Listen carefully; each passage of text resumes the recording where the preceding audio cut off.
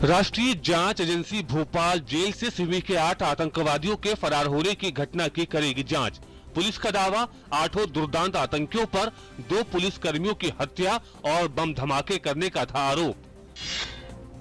पाकिस्तान द्वारा किए गए संघर्ष विराम उल्लंघन के दौरान हुई गोलीबारी में 1 जवान शहीद, 1 महिला की अस्पताल में हुई मौत। सीमा सुरक्षा बल दे रही है मुंहतोड़ जवाब। प्रधानमंत्री नरेंद्र मोदी छत्तीसगढ़ और हरियाणा राज्य स्थापना दिवस के कार्यक्रम में लेंगे हिस्सा। रायपुर में सौर ऊर्जा आधारित सौर सुजला योजना कार्यक्रम की भी करेंगे शुरुआत।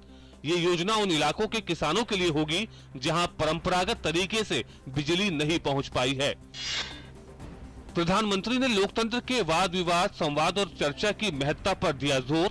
दिल्ली उच्च न्यायालय की 50वीं वर्षगांठ के मौके पर कहा, दबे कुचले लोगों को तंत्र का हिस्सा बनाने की है जरूरत।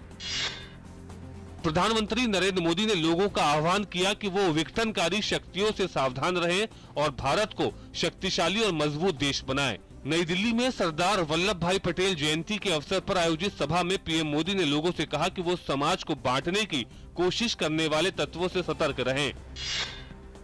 केंद्रीय सूचना और प्रसारण मंत्री वेंकैया नायडू ने कहा कि देश के एकीकरण में सरदार पटेल ने अमूल्य योगदान दिया। उन्होंने कहा कि युवाओं को सरदार पटेल के जीवन से प्रेरणा लेनी चाहिए। जम्मू कश्मीर उच्च न्यायालय ने आतंकियों द्वारा स्कूलों को जलाए जाने के मामले पर लिया स्वतः संज्ञान। कहा, सरकार उठाए एहतियाती कदम।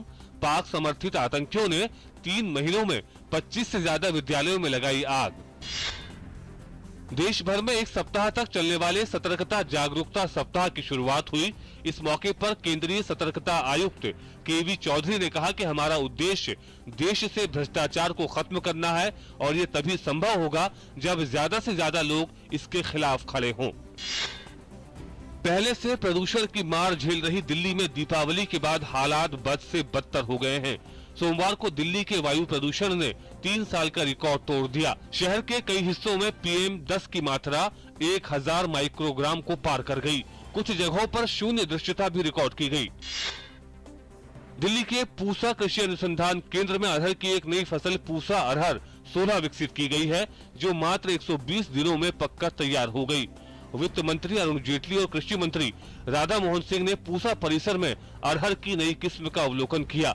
अरहर की इस किस्म का पैदावार प्रति हेक्टेयर 15 से 20 क्विंटल है। अमेरिका राष्ट्रपति चुनाव अंतिम चरणों में रिपब्लिकन उम्मीदवार डोनाल्ड ट्रंप ने ईमेल मामले पर डेमोक्रेट उम्मीदवार हिलरी क्लिंटन पर साधा निशाना। क्लिंटन का जवाब, उनके पास छिपाने को कुछ भी नहीं। विश्व बैंक और DIPP की व्यापार सुगमता सूची में आंध्र प्रदेश और तेलंगाना संयुक्त रूप से पहले पायदान पर हैं। कारोबारी सुगमता के मामले में आंध्र प्रदेश और तेलंगाना का प्रदर्शन शानदार रहा। दोनों राज्य संयुक्त रूप से टॉप पर रहे हैं। व्यापार सुधार कार्य योजना के क्रियान्वयन के आधार पर तैयार सूचकांक में गुजरात तीसरे, छत्तीसगढ़, मध्य प्रदेश और हरियाणा चौथे, 5वें और 6ठे स्थान पर हैं।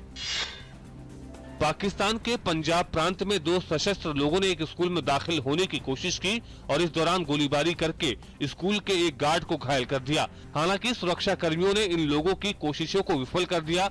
सभी छात्रों को स्कूल से सुरक्षित निकाल लिया गया है। न्यूजीलैंड के खिलाफ वनडे सीरीज में शानदार प्रदर्शन करने का फल भारतीय खिलाड़ियों को ICC की ताजा वनडे रैंकिंग में मिला है।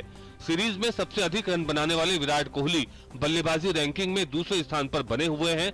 वहीं मैन ऑफ द सीरीज रहे अमित मिश्रा गेंदबाजी रैंकिंग में 12वें स्थान पर आ गए हैं, जबकि अक्षर पटेल 5 स्थान के फायदे के साथ पहली बार शीर्ष 10 में शामिल हो गए हैं। मर्सिडीज के ब्रिटिश चालक लुइस हैमिल्टन ने मैक्सिकन ग्रां प्री का खिताब जीत लिया है। हैमिल्टन ने अपने साथी चालक निको रोजबर्ग को पीछे छोड़ते हुए पहला स्थान हासिल किया। इसी के साथ F1 की खिताबी रेस रोमांचक हो गई है। रेडबुल के डेनियल रिकार्डो ने रेस में तीसरा स्थान हासिल किया।